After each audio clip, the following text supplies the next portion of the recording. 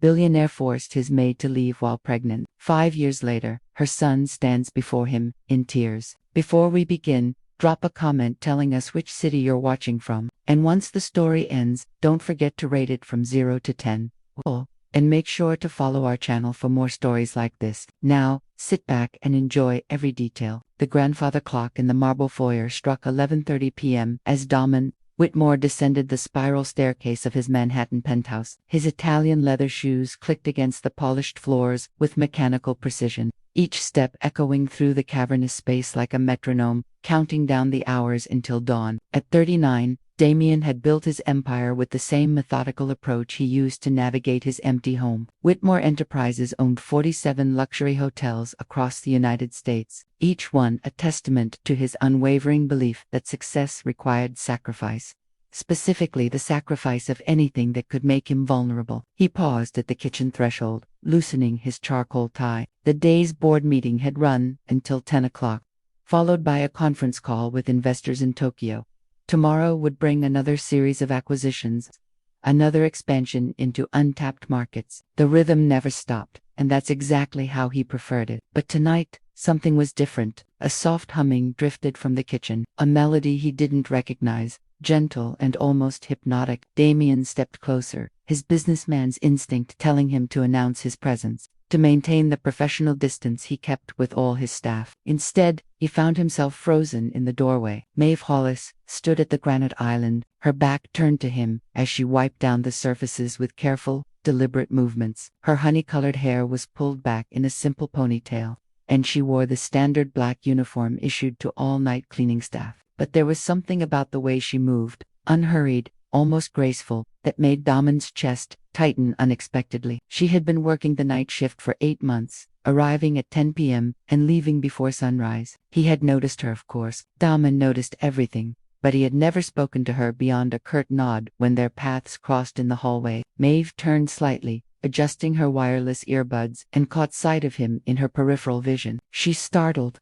pulling out one earbud. "Mr. Whitmore," she said softly, her voice carrying a slight tremor. "I didn't hear you come down." "Don't let me interrupt your work," he replied, stepping into the kitchen with his usual authoritative tone. But something in her expression, not fear exactly, but a kind of quiet weariness, made him pause. She nodded and turned back to her cleaning, but the humming had stopped. The silence stretched between them, heavy with unspoken words. Damian found himself studying the curve of her neck, the way her shoulders tensed slightly under his gaze. "What were you listening to?" The question escaped before he could stop it. Maeve glanced back at him, surprise flickering across her features. Her eyes were the color of storm clouds, gray with flecks of silver that seemed to shift in the kitchen's ambient lighting. "Oh, just music," she said, tucking a loose strand of hair behind her ear. "Helps pass the time. Classical jazz." He moved closer to the island, watching her hands as she folded the cleaning cloth with meticulous care. Actually, it was Billie Holiday. Strange fruit. She met his eyes for a moment before looking away. "Not exactly typical cleaning music, I suppose." Damian felt something shift in his chest, a recognition he couldn't quite name. "You have interesting taste. My grandmother used to play it." Maeve's voice grew softer. She said, "Some songs carry the weight of the world, and if you're going to listen, you better be ready to feel it." For a moment, neither of them spoke. The kitchen felt smaller somehow, charged with an electricity Damian hadn't experienced in years. He watched as Maeve's fingers traced the edge of the granite countertop, a nervous habit that somehow humanized her in his eyes. "I should let you finish," he said finally, though he made no move to leave. "It's okay," she replied, then added more quietly, "It gets lonely in these big spaces at night." The admission hung in the air between them, raw and honest. Damian studied her face, noting the way she seemed to regret the words the moment they left her lips. "Yes," he said simply. "It does." Something passed between them in that moment, a recognition of shared solitude, of two people who had learned to navigate emptiness in their own ways. Maeve's cheeks flushed slightly, and she turned back to her work with renewed focus. Damian remained in the kitchen for another 10 minutes, making unnecessary coffee he wouldn't drink, reorganizing mail he had already sorted. All the while, he was acutely aware of her presence, of the way she moved through his space with quiet respect, of how the massive penthouse felt less cavernous with her in it. When he finally retreated to his study, closing the door behind him with a soft click, Dolman found himself unable to concentrate on the quarterly report spread across his mahogany desk. Instead, he kept thinking about storm gray eyes and the gentle sadness in her voice when she spoke about loneliness. Outside his windows, Manhattan glittered like a jewelry box, millions of lives playing out in illuminated rectangles across the cityscape. But for the first time in years, Damian wasn't thinking about conquest or expansion or the next deal that would cement his legacy. He was thinking about a woman who listened to Billie Holiday while cleaning his kitchen and wondering what other secrets she carried in the quiet spaces between her words. But some secrets, once awakened, refused to stay buried. 3 weeks passed before Damian found himself in the kitchen again at midnight. Though he told himself it was purely coincidental, the truth was more complicated. He had been staying later at the office, taking longer routes through his penthouse, all in the hopes of another accidental encounter. Tonight, Maeve was organizing the contents of his refrigerator, arranging the barely touched takeout containers and expensive bottles of water with the same care she applied to everything else. She had her earbuds in again, but when she sensed his presence, she turned with what might have been the beginning of a smile. "Mr. Whitmore," she said, pulling out one earbud. "Another late-night board meeting ran long," he replied, though the meeting had ended 2 hours ago. He had spent the time in his study, pretending to review contracts while listening for the soft sounds of her movement through the house. "I made fresh coffee," she offered, gesturing to the machine on the counter. "I hope that's okay. The nights get long, and I thought." "You thought correctly." Dahman moved to the cabinet, retrieving 2 mugs instead of 1. The gesture surprised them both. Maeve accepted the coffee with careful fingers, ensuring their hands didn't touch as she took the ceramic mug. They stood on opposite sides of the kitchen island, the granite expanse between them feeling both like a barrier and a bridge. "What are you listening to tonight?" Dahman asked, settling onto one of the bar stools. The informality of the position felt foreign to him. He was a man who conducted business from behind mahogany desks and conference room tables. Nina Simone may have replied, her voice warming slightly. "My grandmother had quite the collection. Said music was the only honest thing left in the world." "Your grandmother raised you." The question slipped out before Damian could consider its appropriateness. He watched Maeve's expression shift, becoming more guarded. "From the time I was 12. She said carefully. "My parents, well, they weren't really equipped for the job." Damian found himself leaning forward slightly. "That must have been difficult." Maeve's laugh held no humor. "Grammy used to say that some people collect heartbreak like souvenirs, but the smart ones learned to travel light." She took a sip of coffee, using the moment to compose herself. She was right. Mostly. Well, some heartbreak is worth carrying," she said quietly, her eyes meeting his for a brief moment before looking away. "The kind that teaches you who you really are." The words settled between them with uncomfortable intimacy. Damian found himself studying her profile as she gazed out the floor-to-ceiling windows at the city below. There was something about her stillness that drew him in, a quality he rarely encountered in his world of aggressive negotiations and calculated moves. "What about you?" May have asked suddenly. "Family?" "No." The word came out sharper than he intended. "None worth mentioning." She nodded as if she understood the weight of that statement. "Sometimes the families we don't have shape us more than the ones we do." Damian felt something unlock in his chest, a sensation he couldn't name and didn't particularly want to examine. "You're very philosophical for a cleaning lady." Maeve's tone carried no offense, just gentle amusement. "I was going to say for someone working the night shift. Community college," she explained with a slight shrug. 2 years before I had to drop out. Turns out, philosophy major doesn't pay the bills." "What would you have studied if money weren't an issue?" The question seemed to catch her off guard. She was quiet for so long that Dahman wondered if she would answer at all. "Psychology, maybe, social work." Her voice grew softer. "I've always been interested in what makes people survivable, the ways we learn to carry our damage without letting it destroy us." "And have you figured that out?" May have looked at him directly then, and Damian felt the full impact of those storm-gay eyes. "I think we all figure out our own version," she said. "Some people build walls, others build bridges. The lucky ones learned the difference." The observation hit closer to home than Damian cared to admit. He had built an empire on walls, financial, emotional, physical barriers that kept the world at a safe distance. But sitting in his kitchen at midnight, sharing coffee with a woman who spoke about heartbreak, like poetry, those walls felt less like protection and more like prison bars. "I should let you get back to work," he said, though neither of them moved. "I should get back to work," she agreed, but her hands remained wrapped around the coffee mug. They sat in comfortable silence for another few minutes, the city sprawling endlessly beyond the windows. Damian found himself memorizing details he had no business noticing. The way Maeve tucked her hair behind her ear when she was thinking, the small scar on her left hand, the way she held her coffee like she was warming herself from the inside out. When she finally stood to resume her cleaning, Damian felt the loss of her presence like a physical ache. "Maeve," he called softly as she moved toward the living room. She turned back, eyebrows raised in question. "Thank you for the coffee." Her smile was small but genuine. "Thank you for the company." As she disappeared into the next room, Damian remained at the kitchen island, staring into the dregs of his coffee cup. He told himself this was harmless. Two people sharing a brief conversation in the small hours of the night.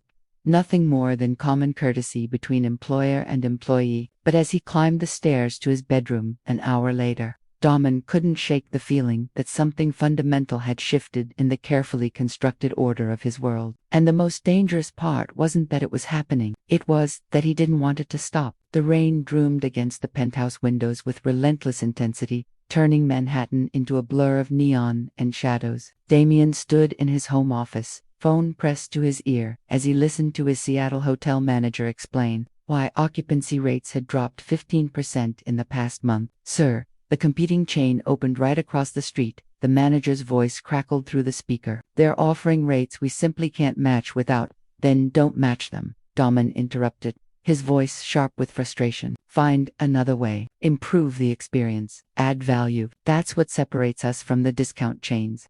The conversation continued for another 20 minutes, each problem requiring solutions that felt increasingly distant from the empire he had so carefully constructed. When he finally hung up, Damian realized his hands were trembling slightly, not from stress, but from the anticipation that had been building all week. It was Thursday. Maeve would arrive in an hour. Their midnight conversations had become a routine neither of them acknowledged directly. She would find him in the kitchen or study. They would share coffee and careful words, and something electric would pulse in the space between them. Tonight felt different though. Tonight, the storm outside seemed to mirror the restlessness inside his chest. At 11:15, Damian heard the soft chime of the service elevator. He forced himself to remain in his office for exactly 15 minutes before making his way to the kitchen. Carrying a stack of contracts he had no intention of reviewing, Maeve was there as always, but something in her posture seemed different. She stood at the sink with her back to him, shoulders rigid, one hand gripping the edge of the counter. Her usual earbuds were nowhere to be seen. "Maeve," his voice came out softer than intended. She turned, and he saw immediately that she had been crying. The tears were gone now, but her eyes held a raw vulnerability that made his chest tighten. "I'm sorry," she said quickly, wiping at her cheeks. "I know I probably look—" "What happened?" The question cut through her attempt at composure. For a moment, she looked like she might deflect, maintain the professional distance they had been pretending to preserve. Then her shoulders sagged slightly. "My landlord raised the rent," she said quietly. "Again, third time this year. I've been looking for something cheaper, but everything decent requires a deposit I don't have, and the places I can afford." She trailed off, shaking her head. "I'm sorry, this isn't your problem." Damian set the contracts on the counter and moved closer. Close enough to see the exhaustion etched in the fine lines around her eyes. "How much?" he asked. "Mr. Whitmore, I can't." "How much do you need?" Maeve's laugh held no humor. "More than I can ask for. More than would be appropriate between—" She gestured vaguely between them. "Between us." The word us hung in the air like a confession. Damian felt something shift in his chest. A recognition of what they had been dancing around for weeks. "There is no appropriate between us anymore," he said quietly. "Is there?" The admission seemed to steal the air from the room. Maeve's eyes widened slightly, and for a moment, neither of them moved. Then she took a small step forward, and he found himself mirroring the movement. "This is a mistake," she whispered, but she didn't step away. "Probably," he agreed, his voice rough. They were close enough now that he could smell her shampoo, something simple and clean, like vanilla and rain, close enough to see the pulse beating at the base of her throat. "I should go," she said, but her feet remained planted. "Yes," he said, "you should." Instead, she reached up and touched his cheek with careful fingers, as if she couldn't quite believe he was real. The simple contact sent electricity through his entire body. "Damian," she breathed, using his first name for the first time. He closed his eyes at the sound of it on her lips, then covered her hand with his own. "Maeve." When he opened his eyes, She was looking at him with an expression he couldn't quite read. Want and fear and something deeper, more dangerous. If we do this, she said quietly, everything changes. Everything already has changed. The truth of it settled between them like a challenge. Damian had built his life on control, on keeping emotion at arm's length. But standing here in his kitchen with rain lashing the windows and Maeve's hand warm against his face, control felt like a luxury he could no longer afford. Slowly, carefully, he leaned down and pressed his lips to hers. The kiss was gentle at first, tentative, as if they were both testing the reality of what was happening. Then Maeve's free hand fisted in his shirt, pulling him closer, and the kiss deepened into something that felt like drowning in salvation all at once. When they finally broke apart, both of them breathing hard, Damian rested his forehead against hers. Stay, he whispered against her lips. Don't go home tonight. Maeve's eyes searched his face, looking for something he wasn't sure he could give her. What are we doing, Damian? I don't know, he admitted, but I know I don't want you to leave. She was quiet for a long moment, and he could see her weighing the decision, calculating risks he couldn't begin to imagine. Finally, she nodded. Okay, she said simply. I'll stay. Relief flooded through him so intensely it was almost painful. He took her hand, interlacing their fingers, and led her toward the stairs. Each step felt momentous, like crossing a bridge he couldn't uncross. At the threshold of his bedroom, Maeve paused. Are you sure? She asked, and he could hear the vulnerability in her voice. In response, he lifted their joined hands and pressed a kiss to her knuckles. I've never been sure of anything in my life, he said honestly, but I'm sure of this. As the storm raged outside, they crossed the final line between employer and employee, between strangers sharing midnight coffee and something infinitely more dangerous. But some lines once crossed lead to territories from which there is no safe return. The morning after felt like stepping into an alternate universe. Damian woke to find Maeve already gone. The only evidence of her presence, a faint indentation in the pillow beside him, and the lingering scent of vanilla in the air. For a moment, he wondered if he had dreamed it all. The storm, the kiss, the way she had whispered his name in the dark. But when he descended to the kitchen at 7 a.m., there was a fresh pot of coffee waiting and a small note written on the back of a grocery receipt. Thank you for last night. He folded the note carefully and slipped it into his wallet, though he couldn't explain why. The next 3 weeks passed in a careful dance of stolen moments and professional pretense. During the day, Damian threw himself into work with renewed intensity, closing a major acquisition in Miami and finalizing plans for a new hotel in Denver. But his thoughts kept drifting to 10 p.m. when his world would shift from the harsh angles of business to the soft curves of possibility. Maeve continued to arrive punctually each night, her black uniform and professional demeanor intact. But now there were coded exchanges, a brush of fingers when she handed him coffee, a meaningful look across the kitchen island, whispered conversations that led to kisses in darkened hallways. They established unspoken rules, no acknowledgement during the day if their paths crossed, no personal items left behind, no promises about tomorrow. It was a relationship built on shadows and silence, which should have felt fragile, but somehow felt more real than anything Damian had ever experienced. On a Wednesday evening in late October, he found Maeve in his study, dusting the leather-bound books he never read. She wore her hair down tonight, a cascade of honey-cold waves that caught the lamplight. You're early, she said without turning around, somehow sensing his presence. Meeting ended sooner than expected. He moved to his desk, pretending to review emails while watching her work. How was your day? It was such a normal question, the kind couples asked each other over dinner. But they weren't a couple, were they? They were something unnamed, something that existed only in the space between midnight and dawn. Quiet, she replied, moving to dust the windowsill. I had a job interview this morning. Damian's fingers stilled on his keyboard. Oh, administrative position at a medical office in Queens. Better hours, better pay. She paused in her dusting. More conventional. The implication hung between them. A day job would mean the end of this. Whatever this was, the thought created a hollow ache in Damian's chest that he couldn't quite name. Do you want it? He asked carefully. May have turned to face him then, and he saw uncertainty in her storm-gray eyes. I don't know what I want anymore. The admission was barely above a whisper, but it hit him like a physical blow. He stood and crossed to where she stood by the window, close enough to see the vulnerability she tried so hard to hide. Maeve, he said softly, reaching for her hand. She intertwined their fingers, holding on like he was an anchor in rough seas. This can't last, can it? What we're doing, the question he had been avoiding for weeks now, demanded an answer. Doman looked into her eyes and felt something crack inside his chest. A carefully constructed wall he had spent decades building. I don't know, he said honestly, but I know I don't want it to end. She stepped closer, close enough that he could feel the warmth radiating from her skin. What would that look like if it didn't end? It was a fair question, and one he had no answer for. His world was board meetings and five-star restaurants, private jets and charity galas, where appearance mattered more than substance. Her world was night shifts and community college dreams, bus rides, and grocery store coffee. The gulf between them felt infinite. I don't know, he repeated. But this time, he kept her face in his hands. All I know is that before you, I felt like I was living my life underwater, everything muffled and distant and gray. And now I can breathe. The words surprised him with their honesty. Maeve's eyes filled with tears, and she pressed her forehead against his. I'm scared, she whispered. Of what? Of wanting something I can't have, of letting myself believe in fairy tales.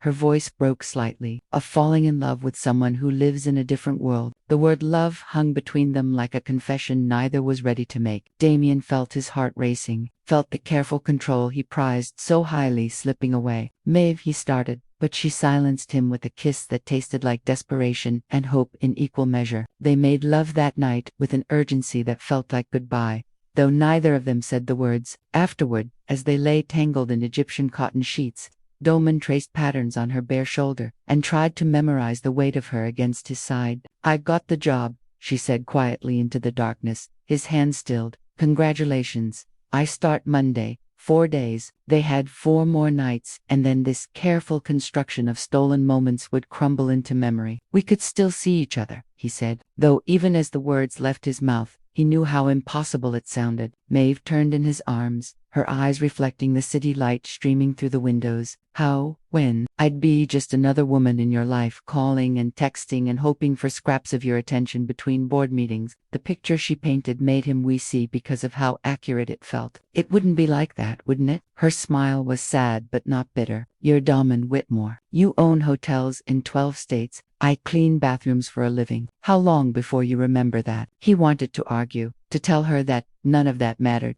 but the words stuck in his throat because he couldn't quite bring himself to believe them. So, this is it? He asked. Maeve pressed a soft kiss to his chest, right above his heart. Some things are beautiful because they don't last forever, but sometimes the most beautiful things leave the deepest scars. Maeve stared at the plastic stick in her trembling hands, willing the 2 pink lines to disappear. The fluorescent light in the tiny bathroom of the Queen's medical office buzzed overhead, casting harsh shadows that made everything feel surreal and too bright. 3 weeks had passed since her last night at the penthouse. 3 weeks of trying to forget the way Damon's hands felt against her skin, the way he whispered her name in the dark, the way her heart had shattered when she walked away from the only man who had ever made her feel truly seen. The new job was exactly what she had hoped for. Steady hours, decent pay, co-workers who treated her with respect rather than indifference. Dr. Henley, the pediatrician who ran the practice, was kind and patient, always taking time to explain procedures and asking about her weekend plans. It was the life she had been working toward for years, so why did everything feel hollow? She knew the answer, of course. It lived in the space between her ribs, a constant ache that no amount of professional success could fill. She missed him with an intensity that surprised her, not just the physical intimacy, but the conversations, the way he listened like her words mattered, the rare moments when his carefully constructed facade would slip, and she would catch glimpses of the man beneath the empire. And now this may have sank onto the closed toilet seat, still clutching the pregnancy test. 6 weeks, the timing aligned perfectly with those final nights at the penthouse, when they had made love with the desperate intensity of people saying goodbye. A soft knock on the bathroom door made her jump. Maeve, you okay in there? It was Carla, one of the nurses, her voice warm with concern. Fine, Maeve called back quickly, shoving the test into her purse. Just a minute. She splashed cold water on her face and studied her reflection in the mirror. Same honey-colored hair, same storm gray eyes, same freckles across her nose. But something fundamental had shifted in the past 5 minutes. She was going to be a mother. The thought terrified and thrilled her in equal measure. The rest of the afternoon passed in a blur of patient files and insurance forms. Maeve went through the motions automatically, her mind spinning with calculations and possibilities. She could do this alone. Her grandmother had raised her from nothing, teaching her that strength wasn't about having everything figured out. It was about taking the next right step. But there was still the question of Damian. That evening, Maeve sat in her small studio apartment in Queens, the pregnancy test on her kitchen table like evidence of a crime. She had tried calling him twice, hanging up before the first ring. What would she even say? "Hi, remember me, your former cleaning lady? Well, surprise, we made a baby." The irony wasn't lost on her. She had spent weeks telling herself that their worlds were too different, that anything between them was impossible. Now she carried a piece of him inside her, a connection that couldn't be severed by social barriers or professional boundaries. She picked up her phone a third time, scrolling to his contact information. Her thumb hovered over the call button for a full minute before she set the phone down again. Tomorrow, she decided she would tell him tomorrow. But tomorrow turned into next week, and next week turned into a month. Every day, Maeve told herself she would make the call. Every night, she talked herself out of it. What if he thought she was trying to trap him? What if he accused her of planning this? What if he offered her money to make the problem disappear? By the time she finally worked up the courage, she was 12 weeks along, just beginning to show the smallest curve beneath her scrubs. She had scheduled the call for Thursday evening after her shift ended and before she lost her nerve entirely. She never got the chance to make it. Maeve, Dr. Henley appeared in the doorway of the supply closet, where she was counting inventory. "There's someone here to see you." Her heart stopped. There was only one person who would know where to find her. Only one person who had the resources to track her down when she had been carefully avoiding him. "It's fine," Dr. Henley continued with a knowing smile. "Take your time. I'll finish up here." Maeve walked to the front desk on unsteady legs, her hands instinctively moving to cover her still flat stomach. Damian stood in the waiting room like a figure from another world,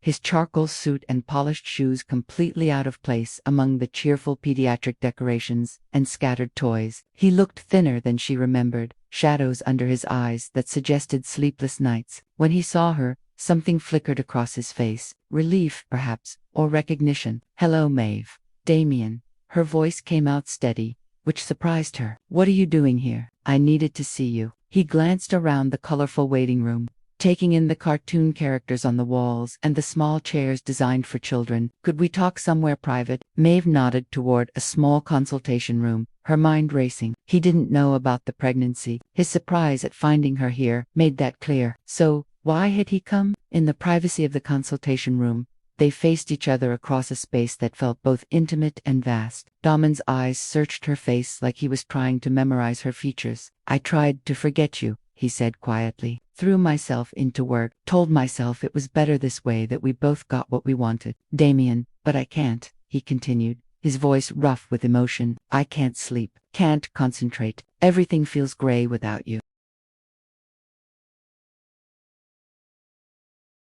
The words she had dreamed of hearing, and now they came at the worst possible moment. May felt tears prick her eyes as she looked at this man who had turned her world upside down. "It's too late," she whispered. "No, it's not. We can figure this out. I don't care about the differences between us, about what people will think. I just need Damian. I'm pregnant." The words fell between them like stones into still water, creating ripples that would change everything. Damian's face went completely blank, all emotion draining away, until he looked like a statue carved from marble. The silence stretched between them, heavy with the weight of a future neither had planned. And in that silence, two hearts that had been learning to beat as one suddenly forgot the rhythm entirely. Damon's face transformed from surprise to something harder, more calculating. Maeve watched in real time as the man who had whispered her name in the darkness disappeared, replaced by the cold businessman she had first met in his kitchen months ago. "Pregnant," he repeated, the word falling from his lips like a foreign language he was testing for the first time. 12 weeks, Maeve said quietly, her hands moving instinctively to her stomach. "I know the timing is how convenient." The words hit her like a physical blow. Maeve stared at him, certain she had misheard. What? Damian's expression was granite, his voice devoid of any warmth she had grown to recognize. "I show up here talking about wanting you back, and suddenly, you're carrying my child. Tell me, how long have you been planning this reveal?" The accusation hung in the air between them, poisonous and sharp. May have felt something vital break inside her chest. Planning. Her voice came out as barely a whisper. You think I planned this? I think timing like this doesn't happen by accident. He straightened his tie with mechanical precision, a gesture she now recognized as his way of armoring himself. I think you saw an opportunity and took it. An opportunity for what exactly? Maeve's voice was growing stronger now, powered by a fury she didn't know she possessed. For 18 years of guaranteed income, for a lifestyle upgrade, for access to a world you could never reach on your own. Each word was delivered with surgical precision designed to cut deep. It's actually quite clever if you think about it. Maeve stood frozen, unable to process the cruelty coming from the mouth that had once kissed her with such tenderness. This wasn't the Damian who had held her during thunderstorms, who had listened to her talk about her grandmother's music collection, who had made her believe that fairy tales might be possible after all. You think I got pregnant on purpose, she said slowly, needing to hear him confirm the unthinkable. I think you're a smart woman who saw an opportunity to change her circumstances. His voice was flat, businesslike, and I think you're probably not the first to try it. The words landed like physical blows, each one stripping away another layer of the love she had been foolish enough to nurture. Maeve felt tears burning behind her eyes, but she refused to let them fall. Not here, not in front of him. Get out, she said quietly. Maeve, get out. The words erupted from her with a force that surprised them both. Get out of here before I call security. But Damian wasn't finished. He reached into his jacket and pulled out a checkbook, the gesture so casual, it felt like another slap. Let's be practical about this, he said, clicking his pen with mechanical efficiency. What will it take to make this problem disappear? 50,100. I'm sure there are discrete facilities that can handle this quickly. And Maeve's hand moved before her brain could process the action. The sound of her palm connecting with his cheek echoed in the small consultation room, like a gunshot. Damian's head snapped to the side, a red handprint blooming across his pale skin. For a moment, something flickered in his eyes. Surprise, maybe even shame, but it was gone so quickly, she might have imagined it. Don't you ever, she said, her voice shaking with rage, ever suggest that I would hurt my child for your convenience. She moved toward the door, her entire body trembling with adrenaline and heartbreak. Before leaving, she turned back to face him one final time. You want to know what I planned, Damian? I planned to tell you about our baby, because I thought you deserved to know. I planned to do this alone because I knew someone like you would never want someone like me. But I didn't plan for you to be cruel. Her voice broke on the last word. I didn't plan for you to break my heart twice. Damian opened his mouth as if to speak, but Maeve was already gone, leaving him alone in a room decorated with smiling cartoon animals and inspirational posters about the miracle of childhood. In the parking lot behind the medical office, Maeve finally allowed herself to cry. Great, heaving sobs that seemed to come from the very center of her being. She sat in her 10-year-old Honda Civic, gripping the steering wheel until her knuckles went white, and let herself mourn, not just for the relationship that had died in that room, but for the future she had been foolish enough to imagine. Her phone buzzed with a text message. Her hand shook as she opened it, some treacherous part of her heart, hoping it might be an apology. Instead, it was from an unknown number. Wire transfer of $200,000 has been sent to account, ending in 4,738. Consider this a one-time settlement. No further contact necessary. D. Whitmore. Maeve stared at the message until the words blurred through her tears. He had found her bank information somehow, probably the same way he had found her workplace. Even his apologies came with price tags attached. She deleted the message without replying and drove home through Queens traffic that moved like molasses, each red light giving her more time to replay the scene in the consultation room. By the time she reached her studio apartment, the shock was wearing off, replaced by a cold determination she recognized from her grandmother's voice during the hardest times. That night, she sat at her small kitchen table with a notebook and pen, making lists, doctor appointments to schedule, baby supplies to research, a budget to create that didn't include blood money from a man who thought love could be purchased, and problems could be solved with wire transfers. She would raise this child alone, just as her grandmother had raised her, and she would make sure that her son or daughter never felt like a mistake, never felt unwanted,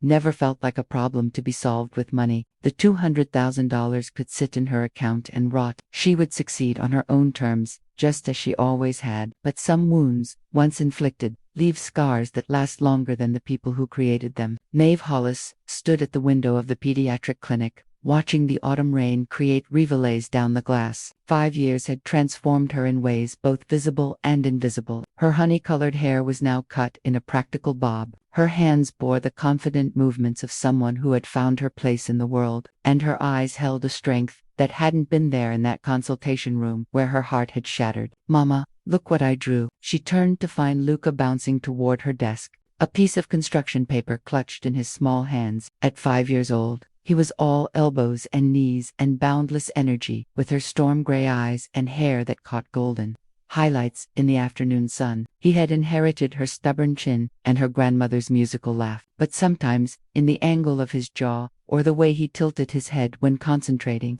Maeve caught glimpses of someone else entirely. "Let me see, sweetheart." She knelt to his level, accepting the artwork with the reverence it deserved. The drawing showed two stick figures under a rainbow, one tall, one small, both smiling. "Is this us?" Unhung, Luca pointed to the smaller figure. "That's me, and that's you, and we're happy because we have each other."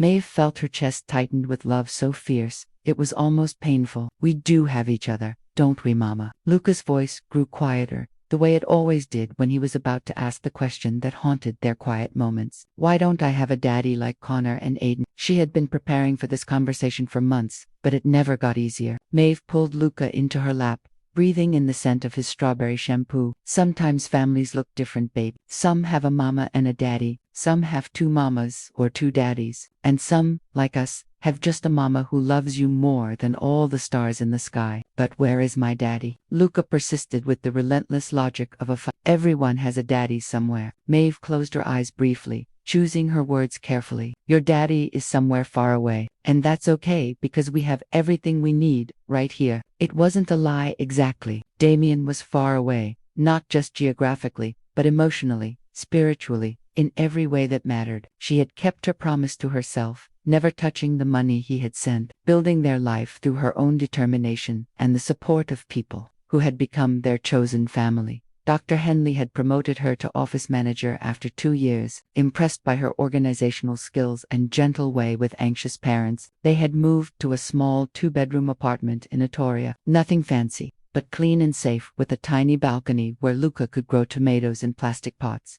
Mrs. Hollis, Carla, appeared in the doorway using the title Maeve had never corrected. "Your 3 o'clock is here coming," Maeve replied, then turned back to Luca. "Okay, Mister, you know the drill. Homework first. Then you can play with the building blocks in Dr. Henley's office." "Can I have goldfish crackers after homework?" "What about Luca?" She gave him the look that said the negotiation was over. "Homework?" He sighed dramatically, but settled at the small desk they had set up in the corner of her office. Watching him work with his tongue poking out in concentration, Maeve felt the familiar surge of pride mixed with protective fierceness. This child, their child, was brilliant and kind and funny. Completely unaware that he had been unwanted by half of his genetic heritage, the afternoon passed in its usual rhythm of patient files and insurance calls. Luca finished his kindergarten homework with minimal drama and was happily constructing an elaborate city from wooden blocks when Maeve's phone rang. "Pediatric Associates, this is Maeve." "Maeve, it's Janet from PS 108. The voice of Luca's school secretary sent immediate alarm bells ringing. "I need you to come pick up Luca immediately." Maeve's blood turned cold. "Is he hurt? What happened?" "He's not injured, but he left school grounds without permission. We found him about 6 blocks away, and when we asked where he was going, he said he was looking for his father." The words hit Maeve like a physical blow. She glanced at Luca, who was still absorbed in his block construction, blissfully unaware that his innocent question had just turned their carefully constructed world upside down. "I'll be right there," she managed. 20 minutes later, Maeve sat in the principal's office with Luca beside her, his small hand clasped tightly in hers. He looked defiant and scared in equal measure, his chin jutting out the way it did when he was trying not to cry. Luca told his teacher that he found something with his father's name on it. Principal Morrison explained gently. He became quite agitated when she couldn't help him understand what it meant. Maeve's heart sank. She had been so careful to remove every trace of Damian from their lives, but somehow something had slipped through. "What did you find, sweetheart?" she asked softly. Luca reached into his backpack and pulled out a crumpled business card, her old employee ID from the cleaning service, the one that listed her assignment to Whitmore Enterprises. She had thought she had thrown it away years ago, but apparently it had been hiding in an old wallet. It says Whitmore, Luca said solemnly. And yesterday, at Konoranka's house, his daddy was watching the news, and there was a man on TV named Whitmore. Luca struggled for the words. He looked like he could be my daddy. Maeve felt the ground shift beneath her feet. After 5 years of carefully building a life separate from Damian's world, her son had found him anyway. Baby, she began, but Luca interrupted. I want to meet him, Mama. I want to know why he doesn't want me.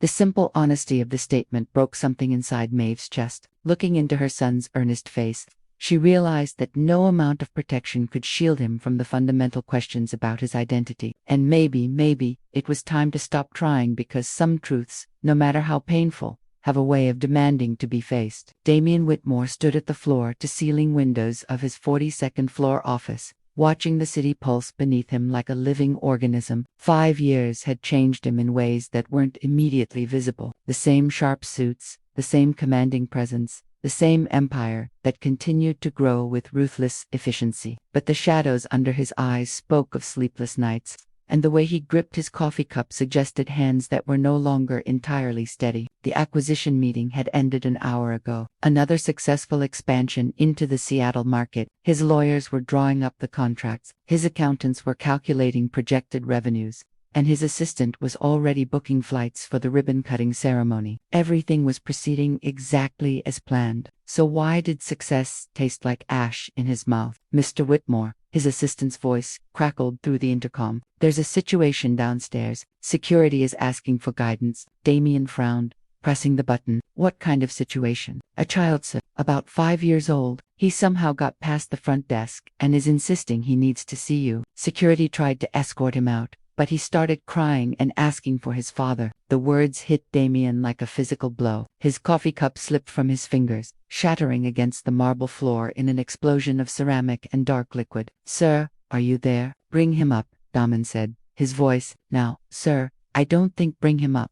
The next 10 minutes felt like hours. Damian paced his office like a caged animal, his mind racing through possibilities and probabilities. It couldn't be. The odds were astronomical. Children wandered into office buildings all the time, confused and looking for parents who worked in the towers of Manhattan. But deep in his chest, something that felt suspiciously like recognition was already stirring. The elevator chimed softly, and Damian's assistant appeared with a small boy, whose hand was clasped tightly in that of a security guard. The child looked up at Damian with eyes the color of storm clouds' eyes he had seen in dreams and nightmares for 5 years. Are you Damian Whitmore? The boy asked with the direct honesty that only children possessed. Damian couldn't speak, couldn't breathe. The child standing before him was impossibly, undeniably familiar. Not just the eyes, but the stubborn set of his jaw, the way he held his shoulders straight, despite being clearly overwhelmed. It was like looking into a mirror that reflected back 34 years. I'm Luca,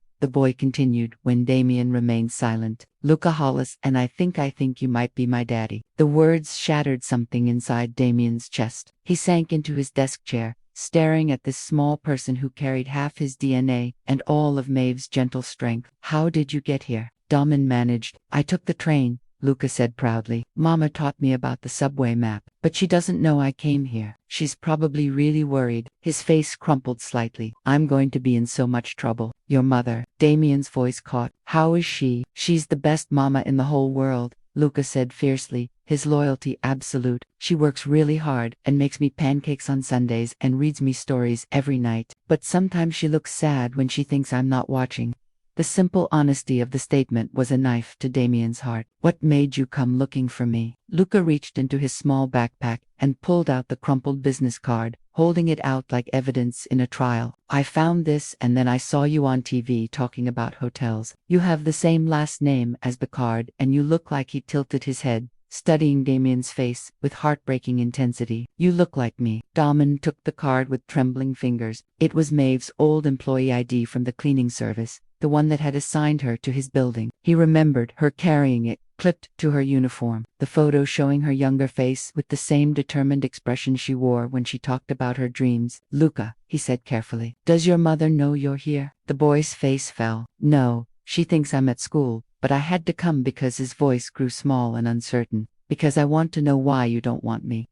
The question hit Damian like a physical blow. He looked into this child's face, his son's face, and saw a hurt so profound it made his chest ache. "Oh, Luca," he whispered, and before he could stop himself, he was kneeling on the floor in front of the boy. "It's not that I don't want you. I didn't know. I thought." The explanation died in his throat, because there was no way to tell a 5-year-old about the cruelty he had shown, the assumptions he had made, the cowardice that had driven him to push away the only real love he had ever known. "You didn't know about me." Luca's eyes widened. "Mama said you were far away, but she didn't say you didn't know." Damian felt tears prick his eyes, tears he hadn't shed since that night 5 years ago, when he had realized what he had lost. "I knew," he said honestly, "but I was scared." "Scared of what?" "Scared of being a daddy. Scared of not being good enough. Scared of," he struggled for words a child could understand. "Scared of loving someone so much it might hurt." Luca considered this with the solemn gravity of someone much older. "That's silly," he said finally. "Love doesn't hurt. Love makes you brave." The simple wisdom from his son's mouth broke the last of Damian's composure. "You're right," he whispered. "You're absolutely right, Mr. Whitmore." Both Damian and Luca turned toward the elevator, where Maeve stood like an avenging angel, her face flushed with panic and fury. She wore scrubs from the clinic and sneakers that squeaked against the marble floor as she rushed toward them. "Luca Benjamin Hollis, you scared me half to death." She dropped to her knees and pulled the boy into a fierce hug. "Don't you ever disappear like that again." "I'm sorry, Mama," Luca mumbled into her shoulder. "I just wanted to meet him." Maeve's eyes met Damian's over their son's head, and he saw 5 years of pain and strength and exhausted determination in that single look. She was thinner than he remembered, but somehow more substantial, as if motherhood had refined her into something stronger and more luminous. "Hello, Damian," she said quietly. "Maeve." His voice was rough with emotion. "I'm sorry. I didn't know he was coming here." If you had what?" she asked, standing slowly and keeping Luca close to her side. "If you had known, would you have sent him away?" The question hung between them like a challenge. Damian looked at his son, his brilliant, brave, beautiful son, and felt something shift permanently in his chest. "No," he said firmly. "I would have asked him to stay." And for the first time in 5 years, the truth felt like a beginning rather than an ending. The ride down to the lobby felt eternal. Luca sat between them in the back of Damian's town car, chattering about the elevator buttons and the view from the 42nd floor, blissfully unaware of the tension crackling between the two adults flanking him. Maeve stared out the window at the Manhattan traffic, her jaw set in the stubborn line Damian remembered all too well. "Can we go get ice cream?" Luca asked suddenly, looking back and forth between them with hopeful eyes, like a real family. The innocent question hit both adults like a physical blow. Maeve's hand tightened on her purse strap, and Damian felt his chest constrict with a pain that had nothing to do with physical injury. "Sweetheart," Maeve said gently, "Mr. Whitmore probably has important work to do." "Actually," Damian found himself saying, "I think ice cream sounds perfect." Maeve shot him a warning look, but Luca's face lit up like Christmas morning. "Really? You want to have ice cream with us?" "More than anything," Damian said, and was surprised to realize he meant it completely. They ended up at a small parlor in Brooklyn, far from the gleaming towers of Manhattan. It was the kind of place Damian would never have noticed before. Mismatched chairs, sticky tables, and the best vanilla soft serve in the borough. "According to Luca's authoritative opinion,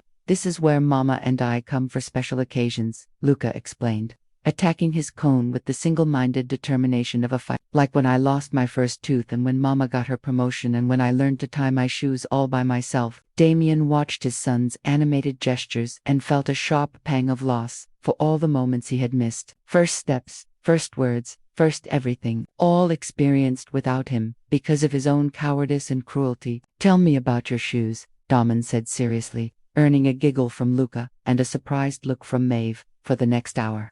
Luca regaled them with stories from his short but eventful life. His best friend Connor, who had a pet hamster named Speedy.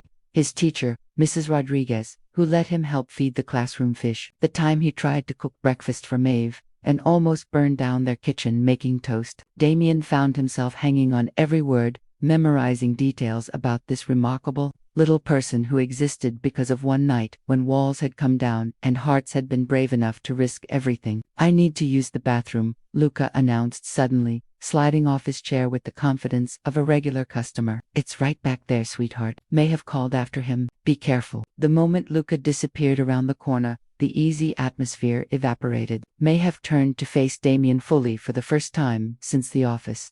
And he saw the full force of 5 years' worth of accumulated pain and anger in her storm-gray eyes. "What do you want, Damian?" she asked quietly. "I want to know my son," he said immediately. "I want to be part of his life." "Now you do." Her voice carried no inflection, no emotion, which somehow made it more devastating than if she had screamed. 5 years too late. "But now you do, Maeve. I know I made mistakes." "Mistakes?" She leaned forward, her voice dropping to a whisper that carried more venom than any shout. "You called me a gold digger. You accused me of trapping you. You offered me money to get rid of our child." Each word was a knife thrust, precise and deadly. Damian felt them land with the weight they deserved. "You're right," he said simply. "I was cruel. I was a coward. I was everything you've probably told yourself about me for 5 years. I've never told myself anything about you," Maeve replied, "because I made a promise to Luca that I would never let your poison touch him. He doesn't know you sent money. He doesn't know you wanted him gone. All he knows is that his father wasn't there, and he spent 5 years wondering if it was because he wasn't good enough." The words hit Damian like a physical blow. He thinks it's his fault. Children always think it's their fault. Maeve's composure cracked slightly. "Do you have any idea what it's like to watch your son ask why he doesn't have a daddy while you're working 3 jobs to keep him fed and housed? Do you know what it's like to see him light up every time he meets another little boy's father? Because he's hoping maybe this time someone will want him." Damian felt tears burning behind his eyes. "Maeve, I'm sorry. I'm so sorry." Sorry doesn't give him back 5 years of bedtime stories from his father. Sorry doesn't fill the gap in every Father's Day card he's ever made at school. Sorry doesn't. Her voice broke, and she pressed her hands to her eyes. "You're right," Damian said quietly. "Sorry doesn't fix anything. But maybe we could try to build something new for him." Maeve looked up and he saw the war playing out in her expression. The mother who wanted her son to have everything he deserved, fighting against the woman who had been betrayed too deeply to trust again. "I'm back." Luca's voice rang out cheerfully as he bounded back to their table. "Did you miss me?" "Every second," Maeve said, pulling him into a quick hug. "Daddy missed me too, right?" Luca turned to Damian with such open trust that it nearly broke him. "More than you could possibly know," Damian whispered. Luca beamed and climbed back into his chair. "So, are we going to do this again? Like, have ice cream and talk and stuff?" Damian looked at Maeve silently, asking permission he had no right to request. After a long moment, she gave the smallest of nods. "I'd like that very much," he said. Good. Luca clapped his hands together, "because Connor says families are supposed to spend time together, and now we're kind of like a family, right?" The question hung in the air, innocent and loaded with implications. None of them were ready to fully explore. "We're something," Maeve said carefully. "We'll figure out what that means as we go."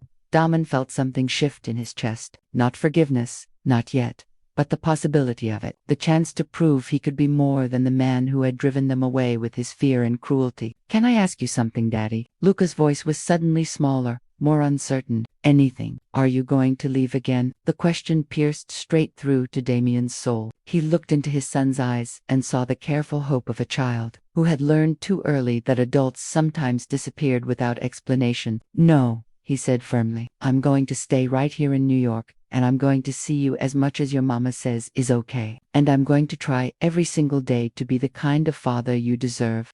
Luca studied his face with the intensity of someone much older, as if trying to gauge the truth of the promise. Finally, he nodded. "Okay," he said simply. "But if you're going to be my daddy, you have to learn the rules." "What rules?" "No lying, no yelling, and you have to give really good hugs."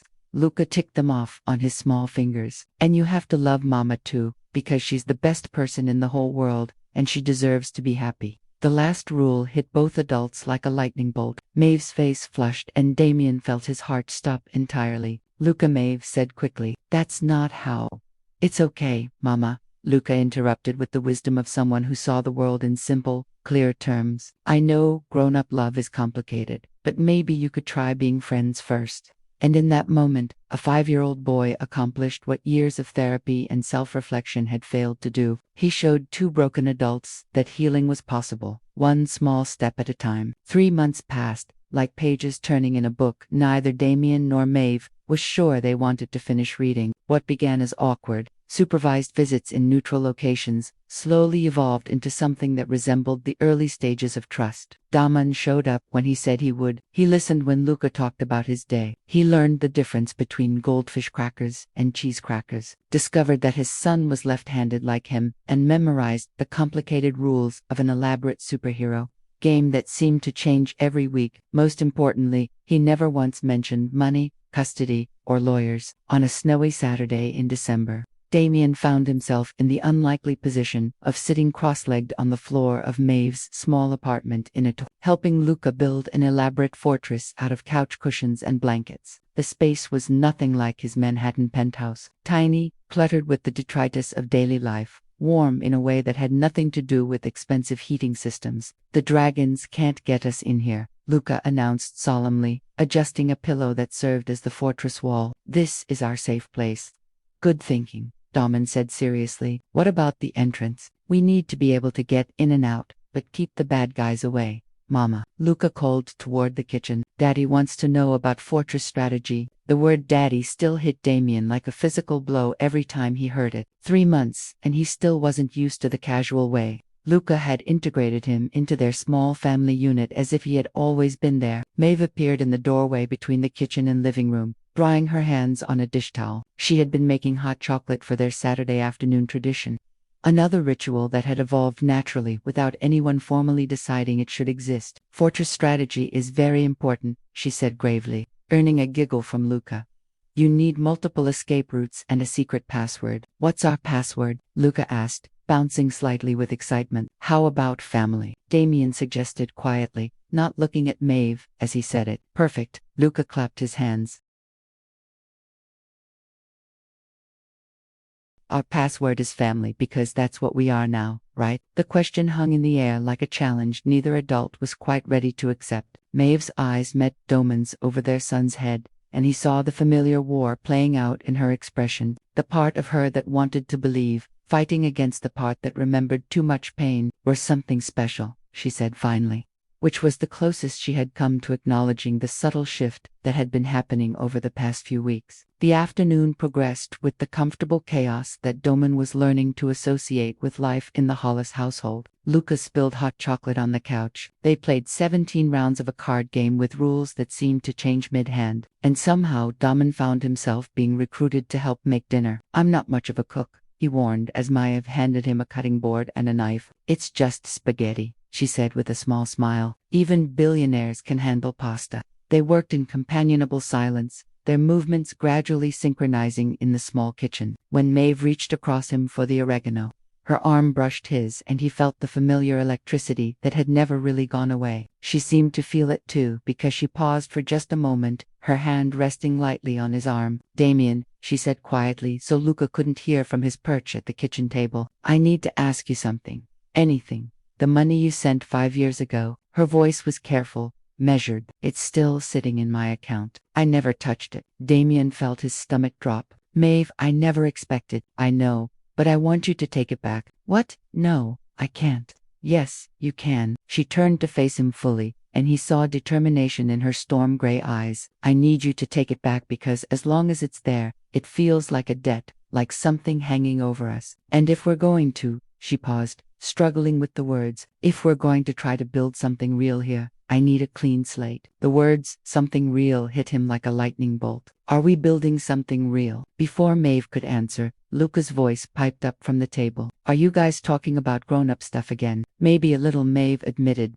moving to ruffle his hair. "Are you talking about how you look at each other different now?" Luca asked with the devastating honesty of Both adults froze. "What do you mean?" Damian asked carefully. "Well, before you looked at Mama like she was sad, and you were sad, too. But now you look at her like Kana Unka's daddy looks at Kana Unka's mama.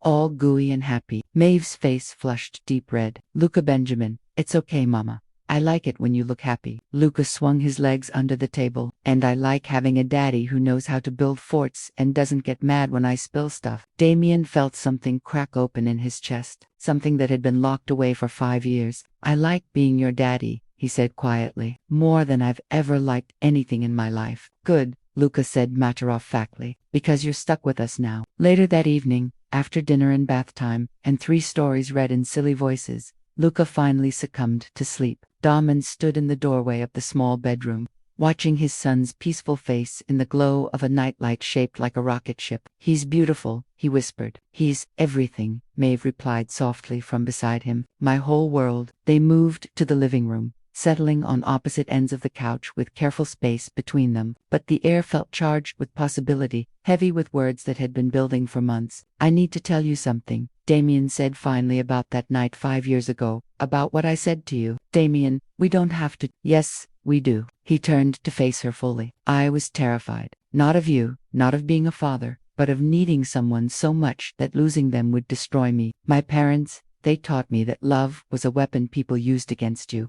that caring was weakness, that the only safe way to live was alone." Maeve was quiet, listening with the same patience she showed Luca when he was working through a difficult problem. "When you told me you were pregnant, it wasn't you I was rejecting. It was the possibility of having something real to lose. Something that mattered more than my empire, or my reputation, or any of the things I thought defined me." His voice broke slightly. "I chose fear over love, and I've regretted it every single day since." "Why are you telling me this now?" she asked softly. "Because I want you to know that the man who said those cruel things to you, he was a coward. But the man sitting here now, the one who's learned what it means to hear his son laugh, who's discovered that home isn't a place but a feeling." He reached for her hand, relief flooding through him when she didn't pull away. "This man would choose love every time." May have studied their joined hands, her thumb tracing patterns on his skin. "It's not that simple, Damian. We can't just pretend the past 5 years didn't happen." "I'm not asking you to pretend. I'm asking you to consider the possibility that people can change, that maybe we could build something new from the pieces of what we broke." She was quiet for so long that Damon wondered if he had pushed too hard, asked for too much. Then she looked up at him with eyes that held tears and hope in equal measure. "I loved you," she whispered. 5 years ago, I loved you so much. It scared me, and when you pushed me away, it nearly broke me. I know, I'm so sorry, but watching you with Luca these past few months, seeing how you fought to earn his trust, how you've shown up even when it was hard." She took a shaky breath. "I think maybe I could learn to love you again. If you're willing to be patient, if you're willing to prove that this time is different." Damian felt tears slip down his cheeks. "I have the rest of my life to prove it to you." "Good," she said, echoing their son's earlier pronouncement. "Because we're not easy to love, Luca and I. We're stubborn and set in our ways, and we come as a package deal. I wouldn't want you any other way." Slowly, carefully, like they were both afraid the moment might shatter, Damian leaned forward and pressed his lips to hers. The kiss was soft, tentative, nothing like the desperate passion they had shared 5 years ago. This was something new, a promise instead of a goodbye, a beginning instead of an ending. When they broke apart, Maeve rested her forehead against his. "So what happens now?" she asked. "Now we take it one day at a time. We build trust. We learn how to be a family." He smiled, feeling lighter than he had in years. "And we let a very wise 5-year-old teach us that love doesn't have to be complicated." Outside, snow continued to fall on the city, blanketing everything in pristine white. Inside a small apartment in Atoria, 3 hearts that had been fractured were slowly learning to beat as one. And for the first time in 5 years, the future felt not like a sentence to be served, but like a gift waiting to be unwrapped. 2 years later, love is not a destination. It's a daily choice to show up, to stay, to build something beautiful from the ordinary moments that make a life. The morning sun filtered through the kitchen windows of the brownstone and park slope, casting golden rectangles across the hardwood floors that still smelled faintly of fresh paint. Maeve stood at the counter, her hair now shoulder-length and stirred with honey highlights humming softly as she packed lunch into a Spider-Man backpack that had seen better days. "Luca, 5 minutes," she called toward the stairs, her voice carrying the easy authority of 2 more years of motherhood under her belt. "I can't find my library book," came the muffled reply from the second floor. "Check under your bed." Damian's voice joined the morning chaos as he descended the stairs, adjusting his tie with one hand while carrying a small pink backpack in the other. "And don't forget your science project. It's right here, Daddy." 7-year-old Luca appeared at the top of the stairs, holding a carefully constructed volcano with obvious pride. "Mrs. Chen says mine is going to be the best eruption in the whole 2nd grade." Maeve and Damian exchanged amused glances over their son's boundless confidence. Some things never changed. Luca still approached life with the unshakable belief that everything would work out exactly as it should. Morning, beautiful. Damon murmured as he reached the kitchen, pressing a soft kiss to Maeve's temple. The gesture was so natural, so unconsciously intimate, that it still sometimes took her breath away to realize this was her life now. "Morning yourself, handsome," she turned in his arms, straightening his tie with practiced efficiency. "Big presentation today, the biggest." He grinned, and she saw traces of the old nervous energy that used to consume him before important business meetings. But now it was tempered with something else, the steady confidence of a man who knew that his worth wasn't measured solely by quarterly reports and acquisition deals. "But first, I have a more important job." As if summoned by his words, the patter of small feet on stairs announced the arrival of their other morning ritual. 3-year-old Emma appeared in the kitchen doorway,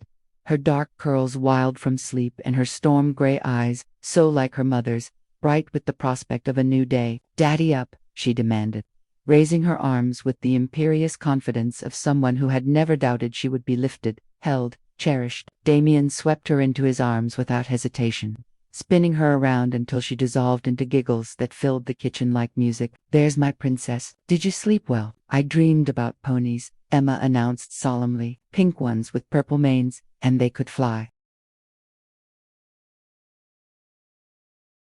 "Flying ponies are the best kind," Damon agreed with complete seriousness, earning another giggle from his daughter and a warm smile from his wife.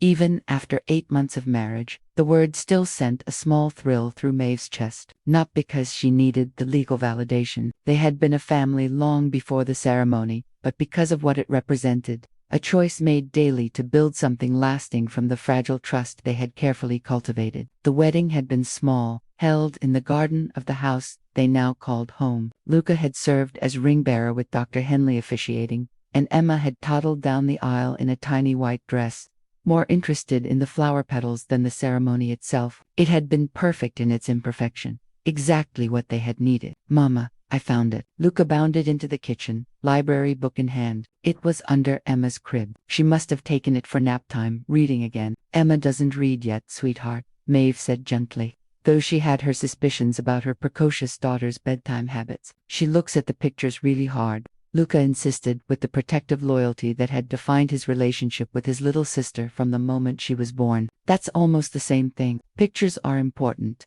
Damon agreed, settling Emma into her high chair and beginning the complicated process of preparing her breakfast. 2 years of practice had made him surprisingly adept at negotiations with a toddler who had inherited both parents' stubborn streak. Maeve watched this morning choreography, the easy way Damon anticipated Emma's needs, how Luca automatically helped gather school supplies, the unconscious teamwork that had developed between her and the man she had once thought she would never see again, and felt the familiar flutter of gratitude that sometimes overwhelmed her. It hadn't been easy those first months of rebuilding. There had been arguments about discipline and bed, awkward conversations about expectations and boundaries, moments when the weight of their history threatened to crush the fragile new thing they were creating. But they had pushed through, committed to the messy, imperfect work of becoming a family. Damian had sold the Manhattan penthouse and moved to a modest apartment in Queens to be closer to them. He had learned to grocery shop and attend parent-teacher conferences, to comfort nightmares and celebrate small victories. He had shown up consistently and without fanfare until showing up became as natural as breathing. And somewhere in the daily of it all, the shared school pickups and bedtime stories, the weekend pancakes and evening baths, Maeve had found herself falling in love all over again, not with the dangerous stranger who had once made her heart race in midnight kitchens, but with the man who remembered which stuffed animal Emma needed for comfort, who never missed Luca's baseball games, who still made her coffee exactly the way she liked it every single morning. "All right, Whitmore family," Damon announced, using the name that still made Luca beam with pride. "Time for school and work and all the important business of living." The next 20 minutes passed in the controlled chaos of a family morning. Backpacks were gathered, shoes were located, faces were wiped clean of breakfast remnants. Emma was deposited at daycare with her beloved teacher, Miss Sarah. Luca was delivered to PS 321, with promises that Daddy would pick him up for their weekly ice cream date. And finally, Damon and Maeve found themselves alone in the car during the brief drive to her office. "You know," Maeve said, reaching over to take his hand, "I never thanked you properly for yesterday." "What about yesterday?" Damian asked, though his smile suggested he knew exactly what she meant. The PTA meeting when Mrs. Patterson made that comment about unconventional families and you stood up and gave that whole speech about how love makes a family, not DNA, or timing, or social expectations. She squeezed his fingers. You didn't have to do that. Yes, I did. His voice was firm. No one gets to make our children feel like they're less than perfect because their parents took the long way to finding each other. They had pulled up outside the clinic where Maeve now worked as the office manager, the same place where she had first learned she was pregnant with Emma. But instead of getting out immediately, they sat in comfortable silence, hands linked across the center console. I have something to tell you, Maeve said suddenly, her voice carrying a nervous energy that made Damian turn to look at her fully. Good something or bad something? Good something, I think. I hope. She took a deep breath. Dr. Henley offered me a partnership in the practice. She wants to expand into family counseling, and she thinks my psychology background would be perfect for it. Damian's face lit up with the kind of pure joy that still surprised her after all this time. Maeve, that's incredible. You'd be amazing at that. It would mean going back to school part-time, finishing my degree, getting certified in family therapy. She bit her lip. It would be a lot of work. A lot of evening classes and weekend studying. The kids would need more help with. Hey, Damian reached over to cup her face gently. Remember what a very wise 5-year-old once told us. Love makes you brave, and we're a team now. Whatever you need to chase your dreams, we'll figure it out together. The simple faith in his voice, the absolute certainty that they could handle whatever challenges came their way, still had the power to take her breath away. This was what she had been too young and too scared to understand 7 years ago. That real love wasn't about passion and intensity, though those had their place. Real love was about partnership, about showing up for the mundane moments and the difficult ones with equal commitment. I love you, she said, the words still carrying the weight of miracle, even after 2 years of saying them daily. I love you, too. He leaned across the console to kiss her, soft and sweet and full of promises. Now go save the world, Dr. Whitmore. As Maeve walked into the clinic, she turned back to wave at Damian through the car window. He blew her a kiss, a gesture that would have seemed impossibly cheesy from anyone else, but felt perfect coming from the man who had learned to love her through actions rather than just words. That evening, as they sat around the dinner table, the 4 of them in their dining room with its mismatched chairs and walls, covered in Luca's artwork and Emma's feet, Maeve looked at the life they had built and felt the deep satisfaction of dreams, realized in ways she never could have imagined. Daddy, Luca said suddenly, looking up from his mac and cheese. Remember when I asked you if you were going to leave again? I remember, Damian said carefully. Well, you didn't.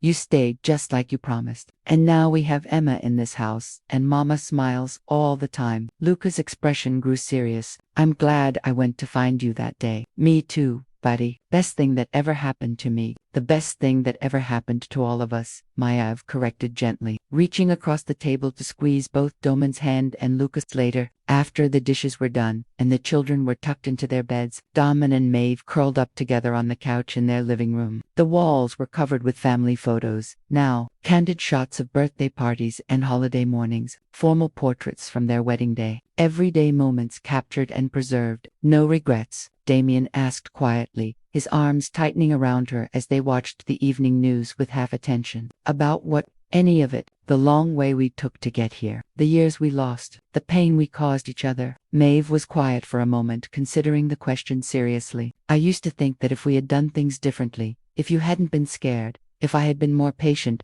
we could have avoided all the heartache. And now I think maybe we needed to break before we could learn how to be whole together. Maybe we had to lose each other to understand what we had found. She tilted her head to look at him. The people we were 7 years ago, I don't think they could have built this. But the people we became because of all that pain and growth, we make a pretty good team. The best team, Damian agreed, pressing a kiss to the top of her head. Outside their window, the Brooklyn evening settled into comfortable darkness. Inside, a family that had been fractured and rebuilt sat together in the quiet contentment of love that had been tested and emerged stronger. Sometimes the most beautiful endings are really just beginnings in disguise. And sometimes the longest way home is the only way that teaches you what home really means. What would you have done if you were in Maeve's shoes? Would you have had the courage to love someone who had once broken your heart so completely? Your participation in this channel is very important. Please leave your opinion in the comments. Thank you for watching. If you enjoyed the story, please subscribe to our channel and leave a comment below letting us know what you thought. Your feedback and support mean a lot to us. Stay tuned for more exciting stories.